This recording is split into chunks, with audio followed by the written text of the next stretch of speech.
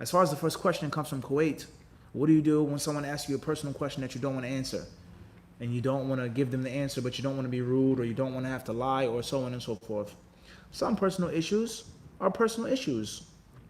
And there's no need for you to mask it or to hide it. You tell someone, I'm not comfortable talking about that. Or maybe another time. That's a perfect way of saying it. Maybe another time, perhaps. Okay, you tell someone, no thank you. Or sometimes you may tell some people, that's none of your concern. But if you don't want that type of conflict, it may be a friend or a sibling or an associate, do it in a polite way. Okay? Like I said, maybe another time. Or you say, oh, that's an interesting question, isn't it? How much money do you make? What do you get paid? All right? If you tell someone that's none of your business, they become offended.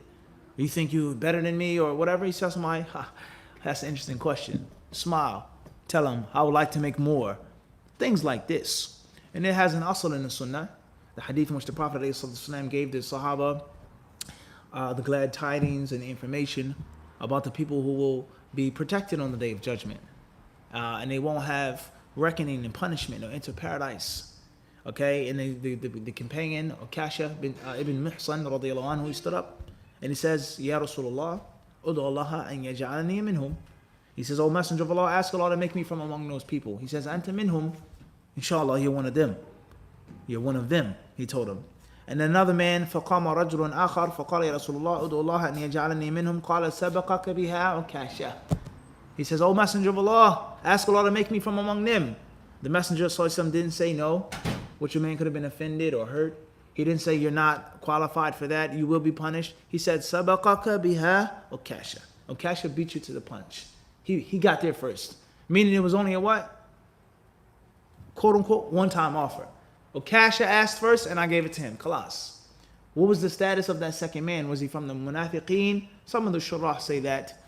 Some of the commentators of the hadith, they state that. But inshallah, that's not necessarily the correct view. Okay? Al-Muhim is that it wasn't necessary for everyone to have that status. And the Prophet never told the man what? No. Sit down. He said, Sabaqaka bi'ukasha.